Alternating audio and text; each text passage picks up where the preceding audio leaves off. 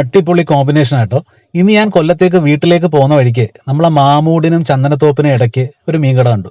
Opposite ആയിരുന്നു, എന്നാലും റോഡൊക്കെ ക്രോസ് ചെയ്ത് ഞാൻ കടയിലേക്ക് എത്തി. കടയിലെത്തി ഇതേ സംഭവം മാറി. അടിപൊളി വള്ളക്കാര മീനെന്ന് പറഞ്ഞിട്ട് ചേച്ചി ഒരു ഐറ്റം പരിചയപ്പെടുത്തി. സംഭവം നമ്മളെ പാരയാണ്, പാര. അത് മഞ്ഞപ്പാര, ബ്രാഹ്മണപ്പാര എന്നൊക്കെ പറയുന്നൊരു പാരയാണ്. അത് അന്യായ ടേസ്റ്റാണ് ആ മീൻ. അത് നല്ല ഫ്രഷ് മീൻ കേട്ടോ. ഫ്രഷ് എന്ന് പറഞ്ഞാൽ അവർ പ്രത്യേകിച്ച് വള്ളക്കാര മീൻ എന്ന് പറയുമ്പോഴത്തേക്കൊരു ഭയങ്കര ഫ്രഷ്നസ് ആയിരിക്കും. വെള്ളത്തിൽ നിന്ന് പിടിച്ച് നേരെ കരയിലേക്ക് ഇട്ടേക്കുമല്ലേ. ഒന്നും നോക്കിയില്ല, 2 കിലോ അങ്ങ് മേടിച്ചു. മീനും മേടിച്ച് വീട്ടിൽ ചെന്നപ്പോൾ ഞാൻ അമ്മയോട് ചോദിച്ചു, അമ്മ എന്നാ കഴിക്കാനുള്ളതെന്ന് ചോദിച്ചപ്പോൾ അമ്മ പറഞ്ഞിടാ മോനെ, ഗോതമ്പൂട്ടുണ്ടിടാന്ന് പറഞ്ഞു.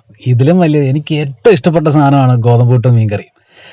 അങ്ങോട്ട് കേക്ക് നിങ്ങൾ പുട്ട് മാത്രമല്ല, അതിനകത്തോടെ തലേ ദിവസത്തെ നല്ല വറ്റിച്ച് വെച്ച അയലക്കറിയും ചൂര പൊരിച്ചതും അയല പൊരിച്ചതും ഇതെല്ലാം കൂടെ സെറ്റായിട്ടിരിക്കുകയാണ് വീട്ടിൽ. ഇതിലും വലിയ സന്തോഷമുണ്ടോ? അപ്പോൾ ഞാൻ ഈ മീൻ കൊണ്ട് ചെന്നപ്പോഴത്തേക്ക് അമ്മ പറഞ്ഞാ ഇതിൽ നിന്ന് ഒരു 2 മീനെടുത്ത് നിനക്ക് വറുത്ത് തരാമെന്ന് പറഞ്ഞു. വറുക്കുക മാത്രമല്ല, പറഞ്ഞ് അമ്മ ഇത് കറിയും വെച്ചു.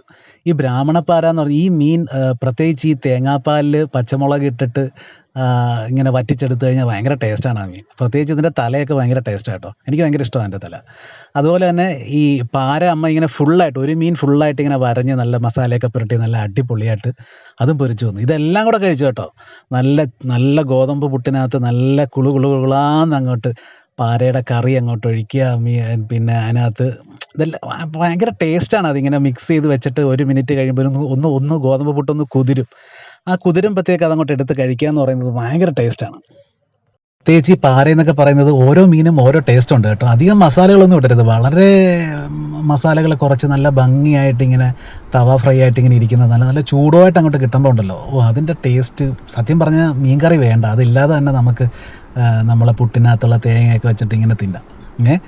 അത്രയ്ക്ക് ടേസ്റ്റാണ് സംഭവം. അല്ലാതെ ഓരോ ഭാഗവും, പ്രത്യേകിച്ച് ആ തലയുടെ അവിടുത്തെ കുറച്ച് മാംസമുണ്ട്, അങ്ങനെ ഓരോ ഭാഗവും സത്യം പറഞ്ഞാൽ ലാസ്റ്റ് ഒരു മുള്ളു പോലും ബാക്കി വരാത്ത രീതിയിൽ നമുക്ക് വളരെ ആസ്വദിച്ച് നമുക്കത് കഴിക്കാൻ പറ്റും. അതുപോലെ എല്ലാവരും ഒന്ന് ടേസ്റ്റ് ചെയ്ത് നോക്കണേ.